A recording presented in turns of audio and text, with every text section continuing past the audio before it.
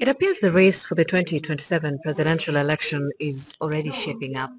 On Tuesday, a group of opposition heavyweights gathered at a high-stakes meeting just here in Nairobi to forge a united front against President William Ruto. And in Kalonzo Musyoka's words, the team to comboa Kenya. But could this coalition be the one to shake up the State House? Now, this wasn't just any meeting. It brought together some of those big political names: former Deputy President Rigathi Gachagua, People's Liberation Party leader and veteran lawyer Martha Karua, Wiper Party's Kalonzo Musyoka, DAP Kenya's Eugene Wamalwa, former Cabinet Secretaries Justin Muturi and Mithika Linturi, and to a surprising front, ex-Interior Cabinet Secretary Fred Matiang'i, as well as the former Secretary General of the United Nations Conference on Trade and Development, Dr. Mukhisa Kitui. Their mission? To forge a single opposition candidate to take on Ruto in 2027. From what I understand, the meeting was called by Kalonzo and Martha. So you can see in the picture, they were in the center, are the two conveners of the meeting.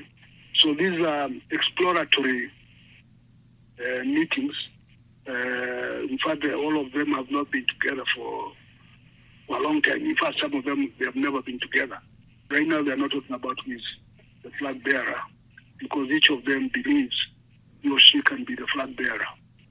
And they are smart enough to know that they should not be talking about that now, apart from just strategizing on how, because they all have the same objective. Well, after the Gen Z-led protests in 2024, President Ruto brought in Raila Odinga into his camp in this broad-based government structure. But Kenyans are not happy. Skyrocketing taxes, high cost of living, and the killing of protesters and abduction of government critics since the protests in June of 2024 have fueled dissent. What they also indicated there is that they have ruled Raila out. He is no longer one of them. And so you can see the people who are independent and not relying on Raila anymore on anything.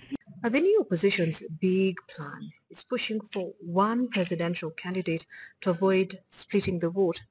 But uniting this team will be very interesting to see. Gachagua, his focus is on Mount Kenya. Kalonzo Musyoka and Martha Karua have already stated their presidential ambition, and Matiang'i's entrance also adds another interesting layer. In fact, the former deputy president is set to unveil a new party by mid-May this year. And with 2 years to go, the 2027 elections are shaping up quite fast. Now, these new alliances, they could reshape the 2027 race, but it's young Kenyans, the Gen Zs, who hold the real power.